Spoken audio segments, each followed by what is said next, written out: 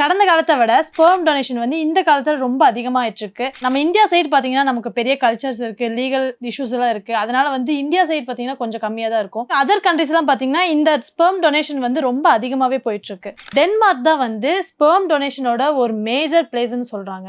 ஏன் டென்மார்க்ல இருக்கு?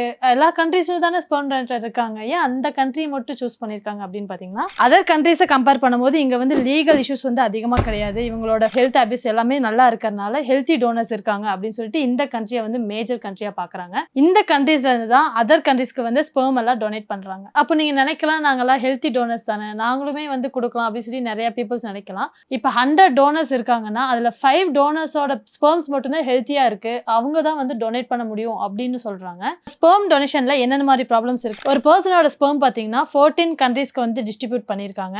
அந்த பர்சனுக்கு வந்து ஜெனடிக் இஷ்யூஸ் எல்லாம் இருந்திருக்கு, அதை வந்து கரெக்டா பார்க்காம அதை டொனேட் பண்ணிருக்காங்க. அதுல மொத்தமா 197 குழந்தைங்க இருக்காங்க. அதுல 10க்கும் மேற்பட்ட குழந்தைகள் வந்து கேன்சரால பாதிக்கப்பட்டிருக்காங்க.